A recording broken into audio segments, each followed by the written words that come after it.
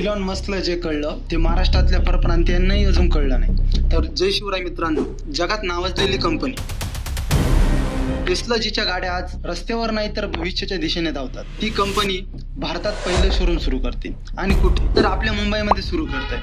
हे ऐकून अभिमान वाटतोच, पण खरी अभिमानाची गोष्ट म्हणजे त्या शोरूमवरची पाटी ही मराठीत आहे. जगातल्या सर्वात इनिटिव्ह कंपनीचा CEO भारतात शोरूम उघडतो आणि स्थानिक कायद्याचे आणि आपल्या मराठी भाषेचा सन्मान करतो. कारण कायद्यानुसार 2022 पासून महाराष्ट्रात प्रत्येक दुकानाची पाटी ही मराठीत असणे बंधनकारक आहे. पण अजूनही महाराष्ट्रात हजारो दुकानवरील पाट्या ह्या इंग्रजी, हिंदी किंवा इतर भाषेत आहे. त्यात मराठी कुठेतरी गायब झालेली दिसते. जिथे इलॉन मस्क मराठी भाषेचा सन्मान करतो, तिथे इथला परप्रांतीय दुकानदार मराठी टाळतो. ही गोष्ट कधीपर्यंत सहन करायची? आणि मराठी ही भाषा फक्त नाहीये, तर ही आपली संस्कृती आहे, ओळख आहे. आणि आता जगात नावाजलेल्या टेस्लाची पहिली पसंत सुद्धा मराठीच आहे. आणि मराठी जर असाल तर नक्कीच हा व्हिडिओ शेअर करा आणि माहिती आवडली असेल तर आपल्या चॅनेलला सबस्क्राईब करा.